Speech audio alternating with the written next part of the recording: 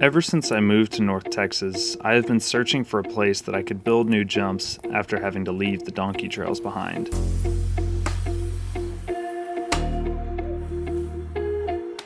I knew this wouldn't be an easy task given that finding natural elevation change in Texas is never easy.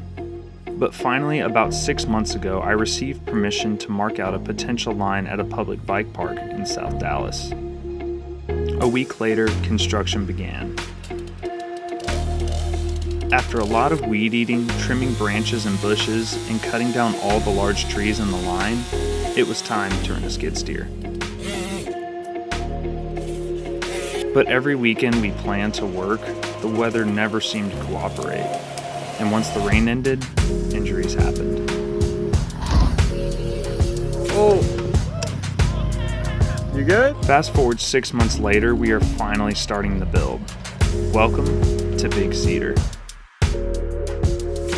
The cleared trail paths and trim bushes have been replaced with grass and weeds that come up to your waist. But those hours of work we did in April will take a matter of minutes with the skid steer. Since we were only able to rent the skid steer for 24 hours, I got my buddy Zach to come out and help drive it, since he has built a ton of landings out of his training compound. Today we will be building a mountain bike trick jump and laying out what will eventually be a slopestyle line.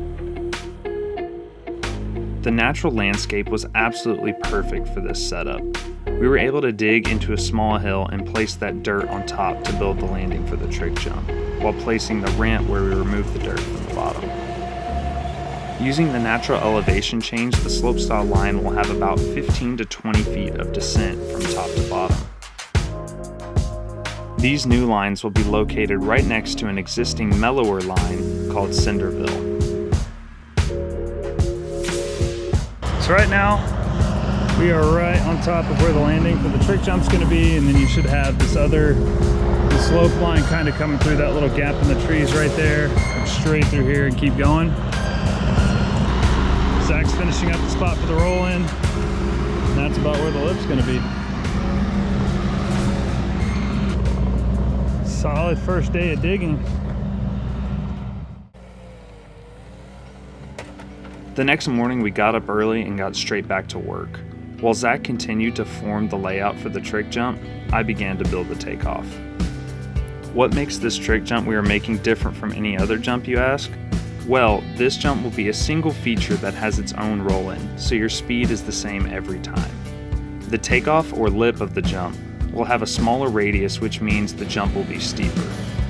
It will also have a 2 to 3 foot step up, meaning that the top of the landing is 2 to 3 feet taller than the top of the takeoff.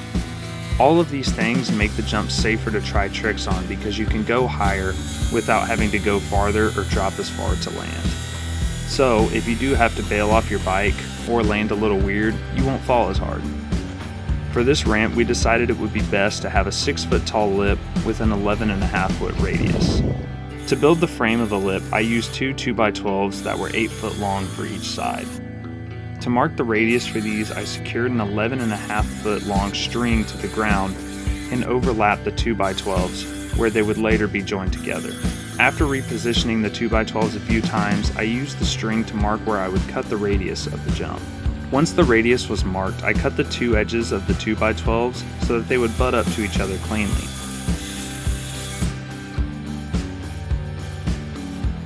With the 2x12s pushed together after this cut, it's easy to see that the lip would clearly be taller than 6 feet. So, we laid out a 2x4 to mark where the ground would be on the 2x12s and measured 6 feet up at a right angle to mark and cut the top of the ramp. After double checking the radius in a few spots, I used a circular saw to cut the radius.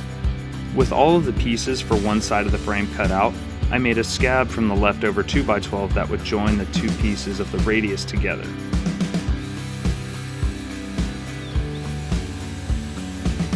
To do this, I made sure the 2x12s were butted up together cleanly and the radius held its curve through the joint, and initially fastened these together using 3-inch decking screws. Once I knew the pieces were not going to move, I drilled 4 holes into the scab to place some 3.5-inch long lag bolts for stability.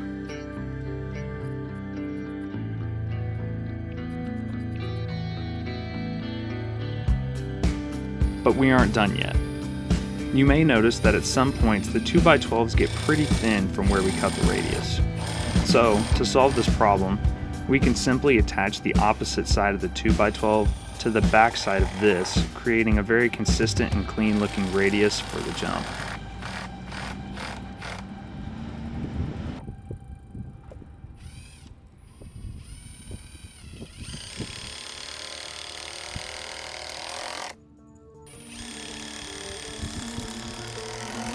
To secure these together, I simply used a few small sections of 2x4s.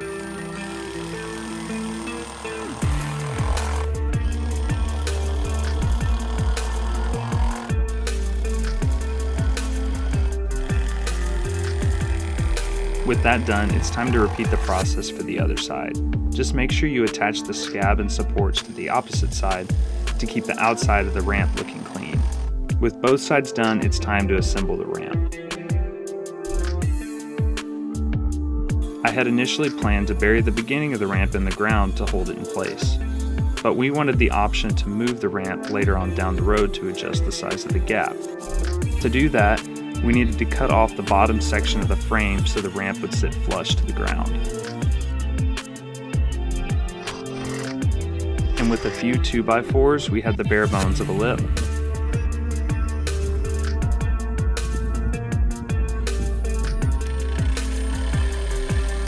Time to add a few cross beams for support and put in all the slats.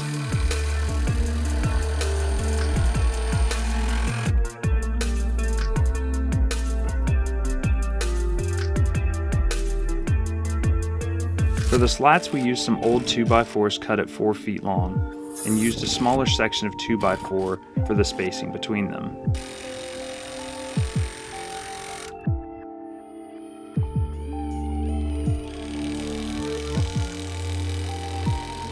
Once all the slabs are on, we noticed there was still a little bit of play in the slats, so we ran a 1x6 down the center of the ramp and attached it to the back of each slat. And with that, the lip is ready to ride.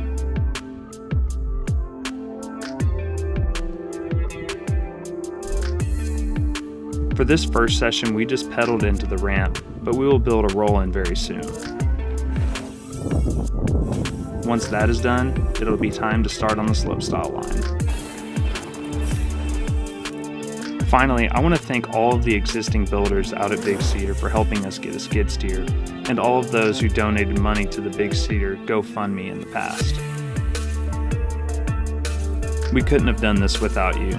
For anyone interested in donating money towards helping finish this line, I will link the Big Cedar GoFundMe in the description, and thank you in advance. And just a final reminder, this is open for everyone to ride. So if you live in the area, I hope to see you out there soon. Thanks for watching, and I'll see you next time.